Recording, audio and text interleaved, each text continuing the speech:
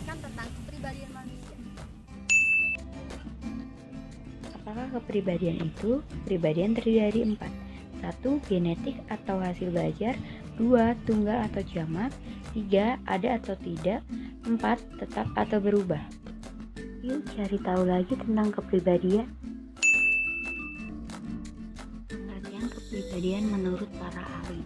Menurut Singer, kepribadian adalah keseluruhan perilaku dari seorang individu dengan sistem kecenderungan tertentu yang berinteraksi dengan serangkaian instruksi.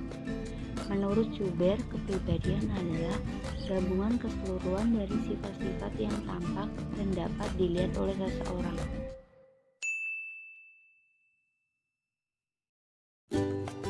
Kepribadian menurut psikologi. Kepribadian menurut Gordon Allport mengatakan bahwa kepribadian untuk suatu organisasi berbagai aspek psikis dan fisik yang juga merupakan struktur dan sekaligus proses. Secara khusus, Allport mengatakan kepribadian secara teratur tumbuh dan juga mengalami perubahan.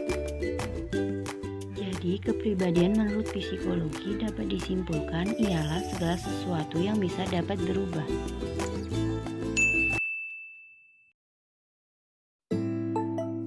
Konsep kepribadian. Ada karakter, ada temperamen, ada sifat-sifat, ada ciri, dan ada kebiasaan.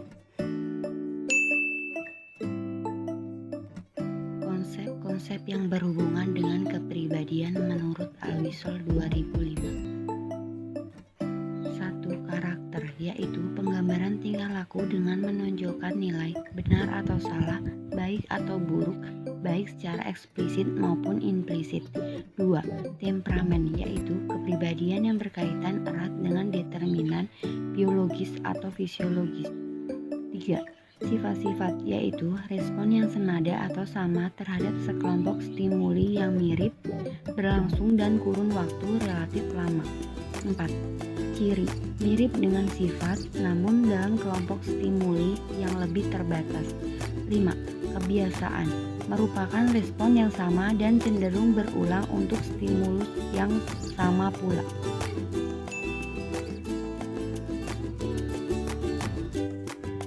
Filsafat Yunani mengatakan tubuh manusia terdiri dari 4 unsur, yaitu tanah, air, api, dan udara.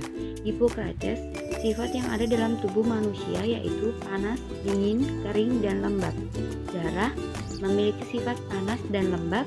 Flegma atau lendir, dingin dan lembab. Empedu hitam, dingin dan kering.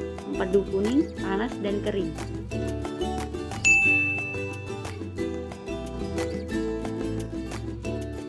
Hippocrates membagi kepribadian manusia berdasarkan cairan dalam tubuh manusia.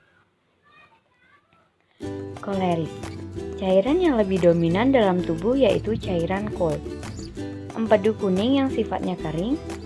Orang koleris adalah orang yang memiliki tipe kepribadian hidup penuh semangat, keras, hatinya mudah terbakar, daya juang besar, optimis, garang, mudah marah, pengatur, penguasa, pendendam, dan serius.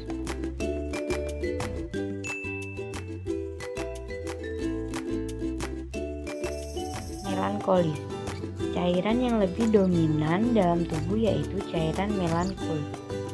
Empedu hitam yang sifatnya basah. Orang yang melankolis adalah orang yang memiliki tipe kepribadian mudah kecewa, daya juang kecil, muram, pesimistis, penakut, dan kaku.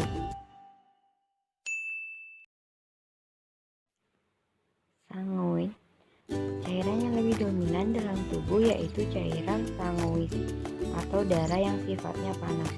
Orang yang sanguinis adalah orang yang memiliki tipe kepribadian hidup mudah berganti haluan, ramah, mudah bergaul, lincah, periang, mudah senyum, dan tidak mudah putus asa.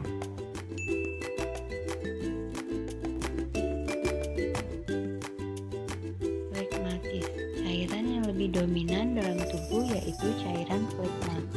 Lendir yang sifatnya dingin. Orang pragmatis adalah orang yang memiliki tipe kepribadian tidak suka terburu-buru, tenang, tidak mudah dipengaruhi, setia, dingin, santai, dan sabar.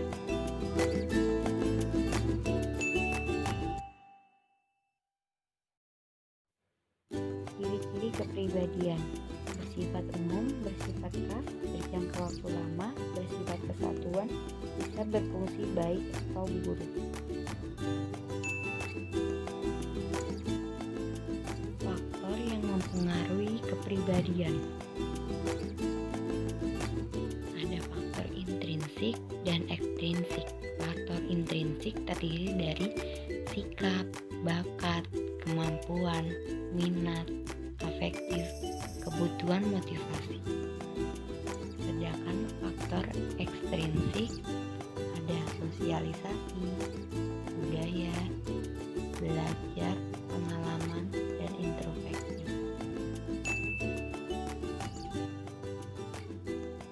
Perubahan kepribadian seperti faktor organik, makanan, obat, infeksi, dan gangguan organik.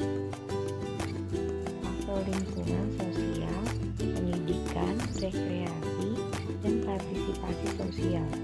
Faktor dari dalam individu sendiri, tekanan emosional, identifikasi terhadap orang lain, dan imitasi.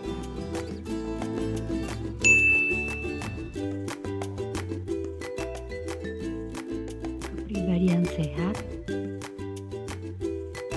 mampu menilai diri secara realistis, mampu menilai situasi secara realistis, mampu menilai prestasi yang diperoleh secara realistis, menerima tanggung jawab, kemandirian, dapat mengontrol emosi, berorientasi tujuan, berorientasi keluar, penerimaan sosial, memiliki filsafat hidup, berbahagia.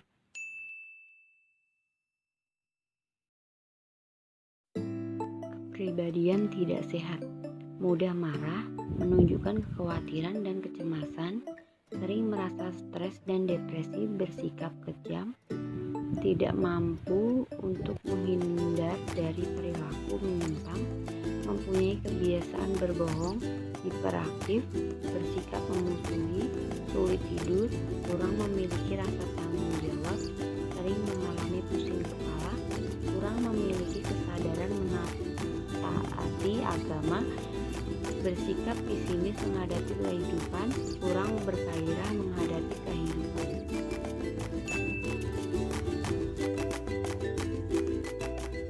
Kenali 10 macam gangguan kepribadian.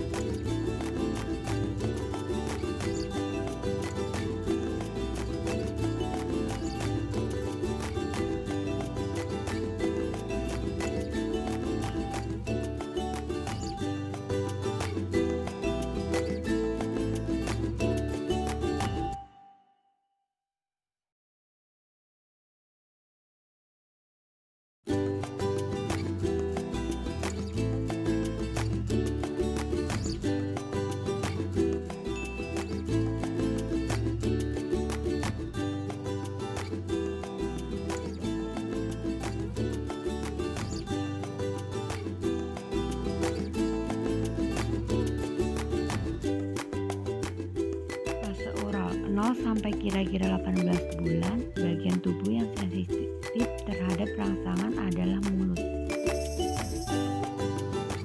Fase anal kira-kira usia 18 bulan sampai 3 tahun. Pada fase ini bagian tubuh yang sensitif adalah anus. Fase falis kira-kira usia 3 sampai 6 tahun. Bagian tubuh yang sensitif pada fase falis adalah alat kelamin.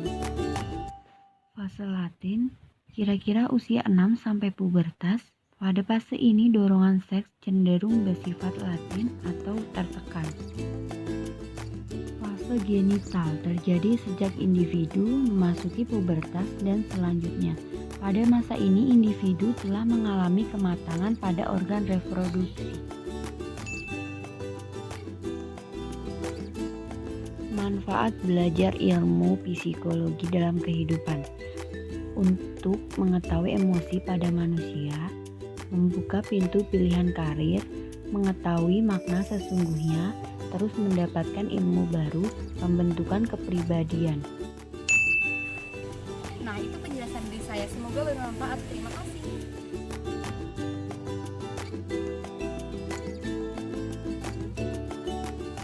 Sticky untuk Indonesia.